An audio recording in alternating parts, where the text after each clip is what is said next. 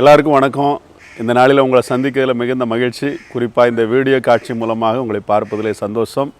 நல்ல ஆலோசனை ஊழியத்தின் மூலமாக உங்களை வாழ்த்துகிறோம். இந்த நாளிலும் கூட ஆகாயத்து பறவைகள் கற்றுக் கொடுக்கக்கூடிய பாடம் என்ன? நம்முடைய வாழ்க்கையில் சில நேரத்தில் இந்த இயற்கைகள் மூலமாகவும் ஆகாயத்து பறவைகள் மூலமாகவும் ஆண்டவர் அநேக பாடங்களை கற்றுக் கொடுக்கிறார். நான் இப்பொழுது நின்று கொண்டிருப்பது ஒரு இயற்கையான சூழ்நிலையிலே நான் நின்று கொண்டிருக்கிறேன். இயற்கையானது கடவுளோடு கூட தொடர்புடையது. இயற்கையின் மூலமாக ஆண்டவர் கடவுள் ஒவ்வொரு நாளும் ஒரு பாடத்தை கற்றுக் கொடுக்கிறார். இந்த நாளிலும் கூட ஆகாயத்து பறவைகள் மூலமாக நமக்கு கற்றுக் கொடுக்கிற பாடம், ஆகாயத்து பறவைகள் எதை குறித்தும் கவலைப்படாது. உணவுக்காக கவலைப்படாது, உடைக்காக கவலைப்படாது, ஒன்றுக்கும் கவலைப்படாது.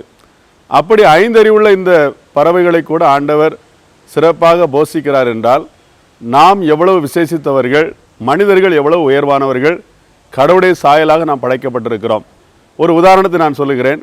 சைபீரியா மங்கோலியா தேசத்திலிருந்து ஒரு குறிப்பிட்ட பறவைகள், நாரை வகையை சார்ந்த பறவைகள், வாத்து வகையை சார்ந்த பறவைகள் பறந்து வந்து ஜனவரி மாதத்திலே இந்தியாவில் இருக்கிற, குறிப்பாக தமிழ்நாட்டில் உள்ள திருநெல்வேலி மாவட்டத்தில் உள்ள கூந்தங்குளம் என்கிற பறவைகள் சரணாலயத்துக்கு வந்து சேருகிறது.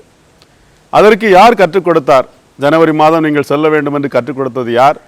உங்களுக்கான ஆகாரம் அங்கே இருக்கிறது என்று கற்றுக் கொடுத்தது யார்? அவைகள் கரெக்டாக அந்த ஜனவரி மாதத்தில் வந்து ஆகஸ்ட் மாதம் வரைக்கும் தங்கியிருந்து இங்குள்ள உணவுகளை சாப்பிட்டு அந்த வீதிகளிலே நடமாடி அங்கு மரங்களிலே தங்கி குளங்களிலே தங்கியிருந்து சரியான ஆகாரத்தை எடுத்துக்கொண்டு கூடு கட்டி குஞ்சு பொரித்து அவைகள் குடும்பத்தோடு கூட கரெக்டாக ஆகஸ்ட் மாதம் வந்த உடனே தங்களுடைய சொந்த தேசத்துக்கு புறப்பட்டு செல்கிறது. அவைகளுக்கு வழிகாட்டியது யார்? அவைகளுக்கு மாதங்களை சொல்லிக் கொடுத்தது யார்? அவைகளுக்கு உணவு கொடுக்கிறது யார்? என்றைக்காயிலும் ஆகாயத்து பறவைகள் உணவில்லாமல் ஆகாயத்திலிருந்து இறந்து விழுந்திருக்கிறது நீங்கள் என்றைக்காவது பார்த்தது உண்டா?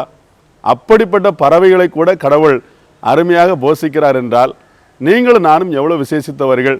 மனிதன் அதை விட மேலானவன், கடவுளுடைய சாயலாக படைக்கப்பட்டவன். நாம் உணவுக்காக கவலைப்பட வேண்டாம். நிறைய நேரத்தில் நாம் உணவுக்காக கவலைப்படுவதுண்டு, நாளைக்காக சிந்திப்பதுண்டு. அடுத்த மாதம் நான் என்ன செய்வேன், அடுத்த ஆண்டு என்ன செய்வேன் என்று அநேகர் கவலைப்படுவார்கள். நீங்கள் எதை குறித்தும் கவலைப்பட வேண்டாம் என்பதை இந்த ஆகாயத்து பறவைகள் நமக்கு கற்றுக் கொடுக்கிறது.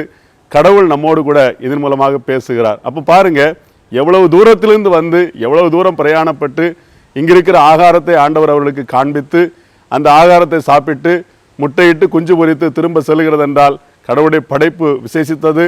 கடவுள் நமக்கு இந்த படைப்பின் மூலமாக பல காரியத்தை உணர்த்துகிறார். கவலை இல்லாமல் இருப்போம். ஆண்டவர் நமக்கு உணவு கொடுப்பார். கடவுள் தாமே உங்களை ஆசீர்வதிப்பாராக.